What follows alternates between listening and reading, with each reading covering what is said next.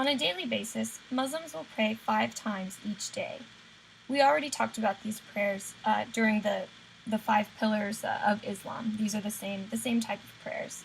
Muslims must pray 5 times a day, although they can also pray more times, which would be a more intimate prayer, since the 5 daily prayers are more of a prescribed and formal prayer. On a weekly basis, Muslims go to a mosque service on Fridays. Friday is not designated as a day of rest as it is in Judaism, but it is a day that there is usually a service at the mosque that will include prayers and a sermon or some type of lecture. On a yearly basis, there are several important holidays. The most important would be Ramadan, which is the month of fasting and general heightened religious observance. During Ramadan, people usually only work or go to school for half days because they are more tired from fasting. They read the Quran, and as I said before, some Muslims will read the entire Quran during the month of Islam from start to finish, and in general try to be more observant Muslims. At the end of Ramadan, there's a big 3-day holiday called Eid al-Fitr. This is generally a very festive time, and families get together, eat large meals, exchange presents, and wear nice new clothes. Eid al-Adha marks the beginning of the pilgrimage season and also commemorates Abraham's willingness to sacrifice his son Ishmael. In order to celebrate this holiday, Muslim families will kill an animal, such as a sheep or a goat, as a remembrance of the goat that God provided to Abraham in place of his son Ishmael. They will then have a big feast with the meat, and they're supposed to offer some of it to families who cannot afford to buy their own animal to eat.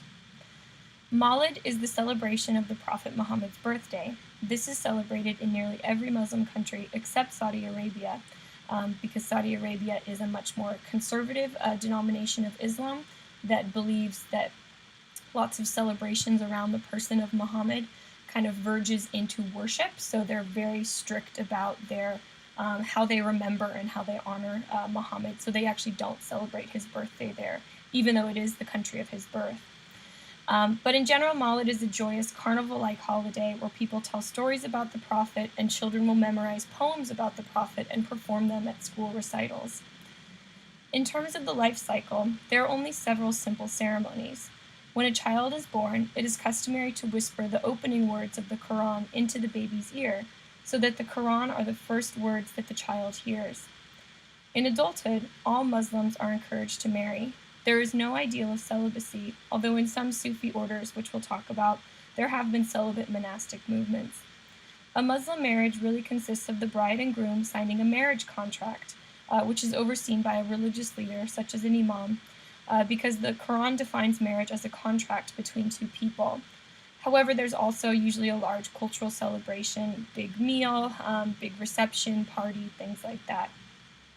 At death, there is a simple funeral. The bodies of the dead are cleaned and dressed in a simple white garment, which is the same type of white garment that people wear on the Hajj, on the pilgrimage. They are buried in a simple wood box with their head positioned to face Mecca, so that even in death they're facing Mecca. A Muslim individual is also supposed to be buried within 24 hours of their death, so very quickly after death they're supposed to be buried in the ground. And the funeral ceremony will consist of words from the Quran and prayers and things like that. In Islam, there is a concept called Sharia law, which is a legal code based on the Quran. Remember that the Quran is seen as a guide for governing every aspect of a Muslim's life, so it has advice on how to organize society and its own strict rules of ethics. So Muslim governments have worked to develop the Sharia law around the Quran and the Hadith. However, it's important to note that there is no one official Sharia law. There are many different types of Sharia law that many countries conform to, so each government or each country will have their own version of what they think Sharia law is. Islam focuses on practice and relationships. All of the 5 pillars of Islam are actions, so Islam is very light theologically in that it has a very simple and direct theology, but has much more emphasis on practice, on how one lives one's life in accordance with one's beliefs. Islam also does not separate the religious and social spheres. Islam is not just a religion, but a social system. It was designed to be a way to run society according to God's will. Since the very first Muslim community run by Muhammad it was both a religious tradition and a society. So really from its very beginning, Islam has meant to have instructions on both and to keep both intertwined. Islam has several dietary restrictions, such as not eating any pork product, just like in Judaism. Also very similar to Judaism, their meat has to be prepared in a certain way, which is known as halal. The animal has to be killed in a humane way, and the blood has to be drained out. This is the way many people think that these early dietary restrictions were more cultural and also hygienic.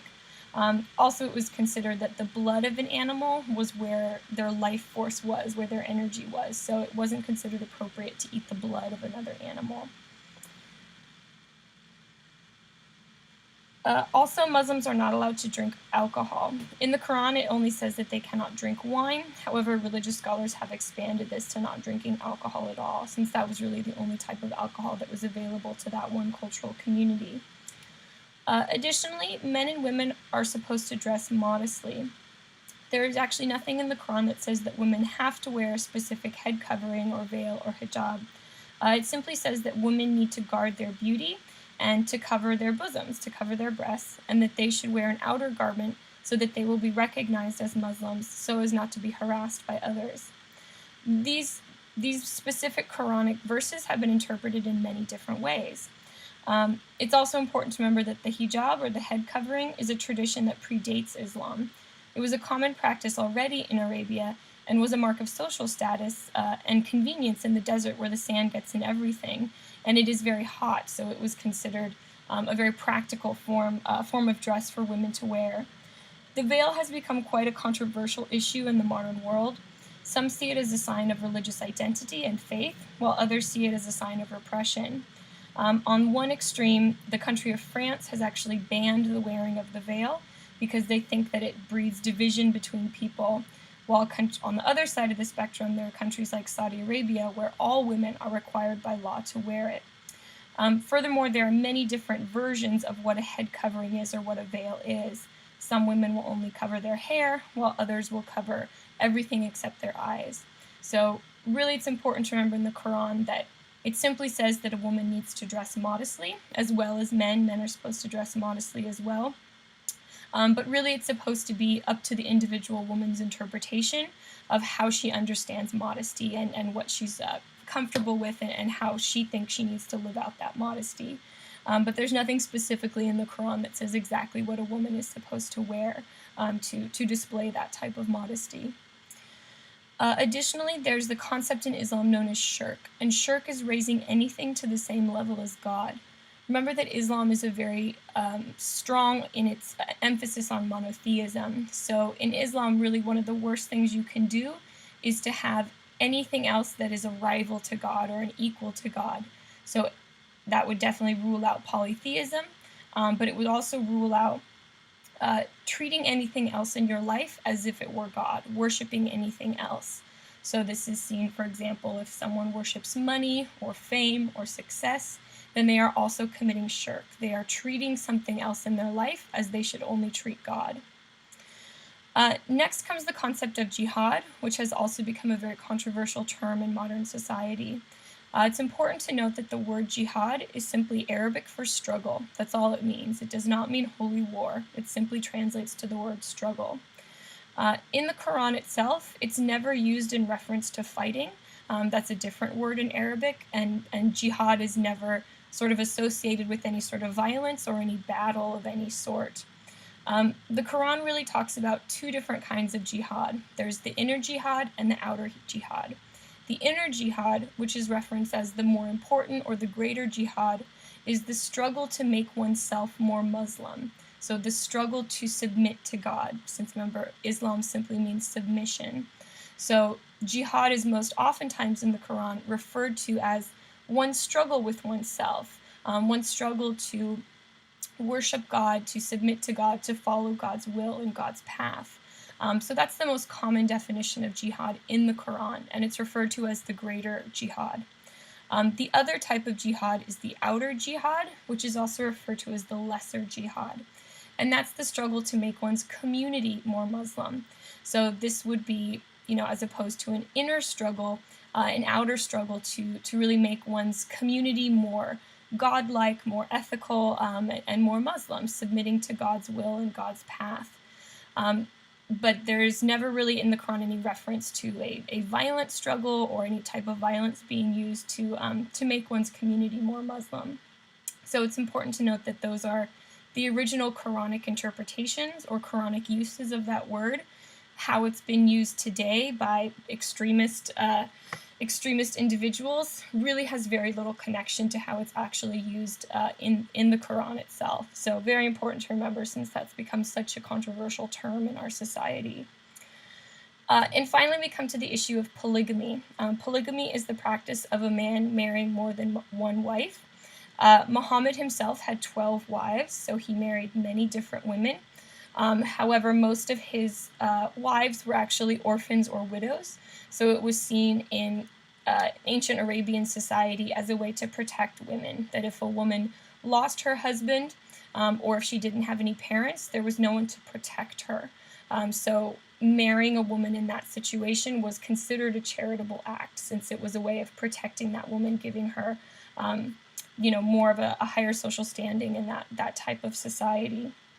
In the Quran itself, it says that a man may take up to 4 wives. However, there is a rule around that if you decide to take more than one wife, you must be able to treat them both equally in terms of finances and in terms of emotions. So you have to provide for them in the same exact way. You cannot, splurge on one wife and not give the other wife any money. And you have to love them both equally. So this has also become sort of a controversial idea and practice in modern society. Definitely the vast majority of Muslim men are not polygamists. Most of them have monogamous marriages. There are several Muslim countries, however, that do allow this practice legally, and it is done sometimes. Probably the most common society in which it's performed is Saudi Arabia. It's very common in Saudi Arabia for a man to take more than one wife. However, again, this is something that is definitely interpreted differently by different Muslims. Some Muslims say that the Quran says it's okay, and therefore it is okay to have more than one wife. Whereas other Muslims believe that the rule saying that you have to love them both equally automatically rules out this as a possibility, that the Quran is really saying it would be impossible to love more than one person exactly the same, and therefore they don't believe it's actually allowed.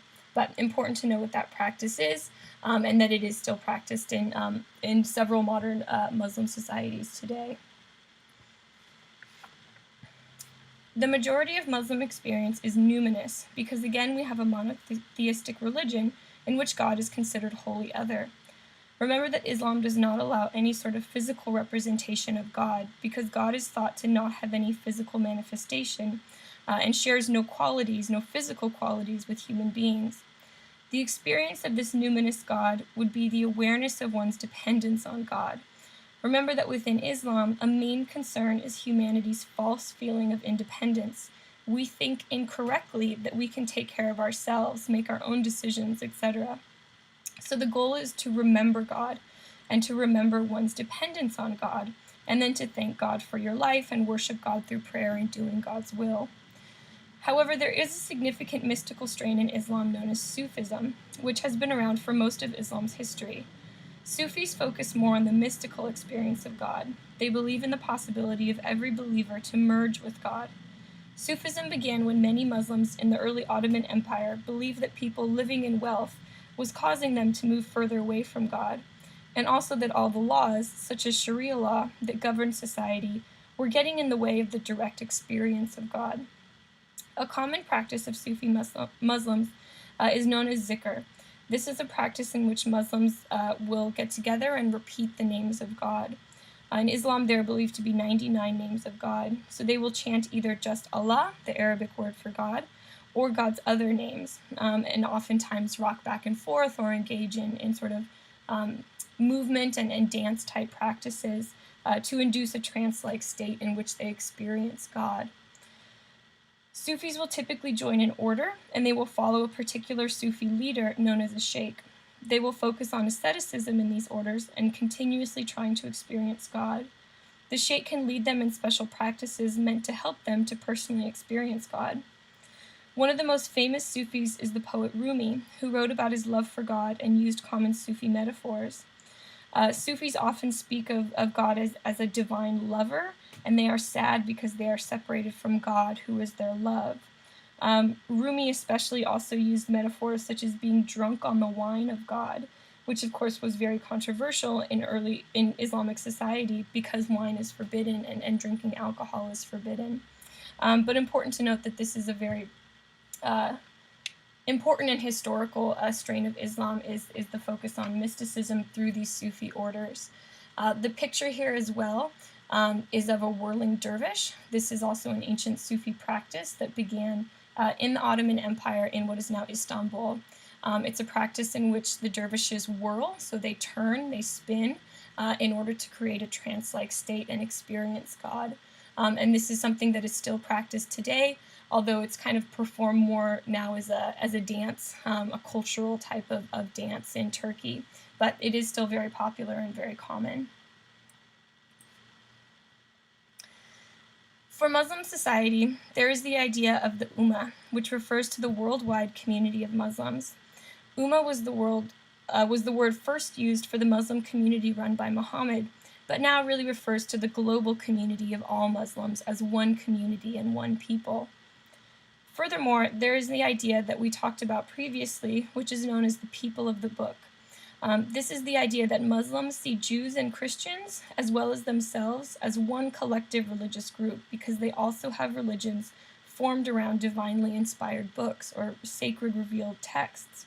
They believe that the Torah and the New Testament are legitimately revealed scriptures from God, though they think that there is a good deal of error that got into the New Testament and the Torah, so that Jews and Christians have come to a few incorrect interpretations or conclusions about God. However, they do see this group of religious traditions as one community. They are all people of the book because they are all formed around sacred scriptures, scriptures that were legitimately revealed by God. In terms of separation versus assimilation, how Islam associates itself with the society at large, it's important to remember that Islam is both a religion and a social and political framework. Therefore, there is not supposed to be any separation between the Muslim religion and the Muslim society. This is what was always intended from the beginning, from the first Muslim community run by Muhammad. His revelations that he received from God were both about religious matters and practical social matters. So really those two have been intertwined since the beginning.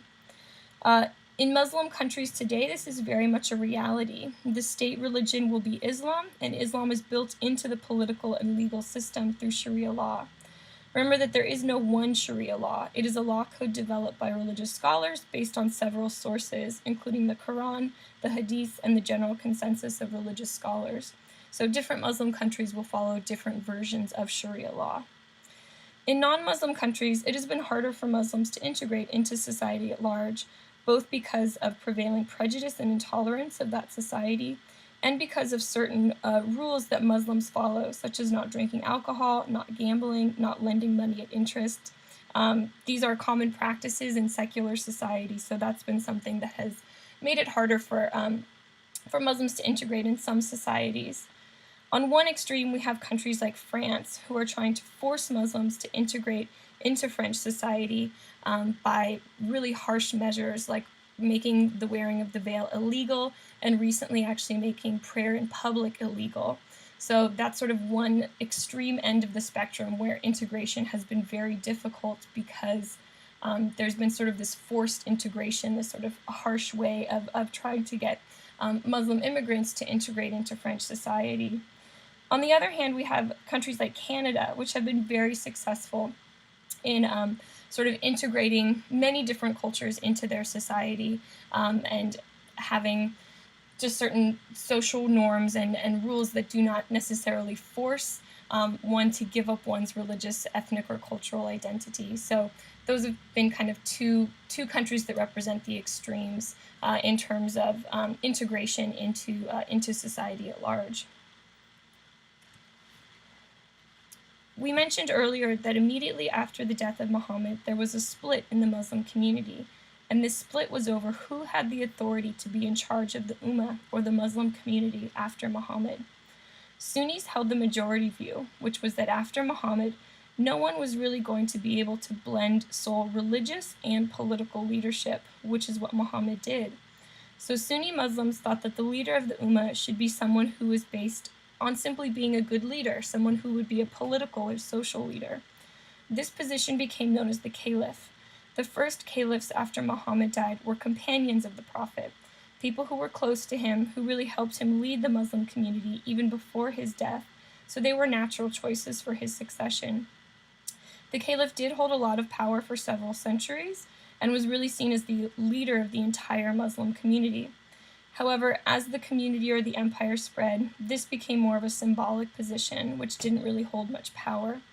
The caliphate actually lasted until the end of the Ottoman Empire after World War I. The caliphate was centered in Turkey because this was the capital of the Ottoman Empire. Ataturk, the leader of Turkey after World War I, dissolved the caliphate as part of his program to make Turkey a secular country.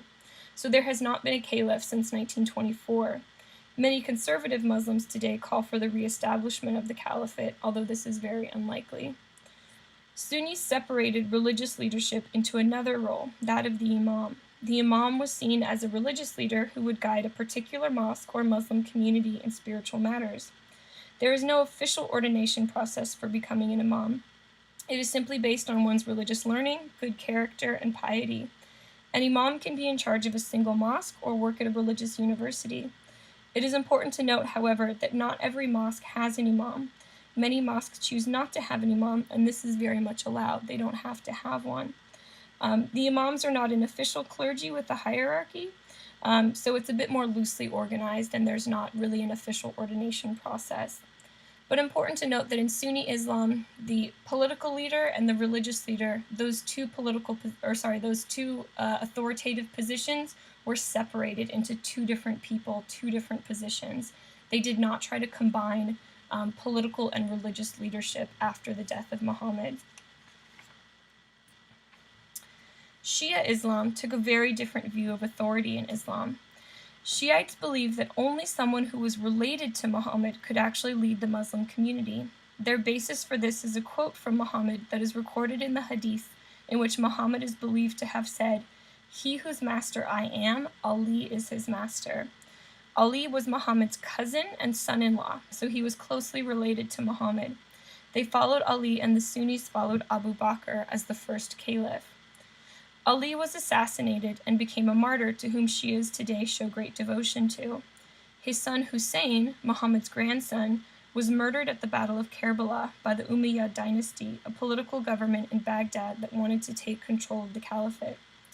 Hussein also became a martyr, and his death is reenacted each year in Taziyeh plays in areas where Shia Islam is dominant, especially in Iran. Shiites have always believed that only a descendant of Muhammad had authority to lead the Ummah.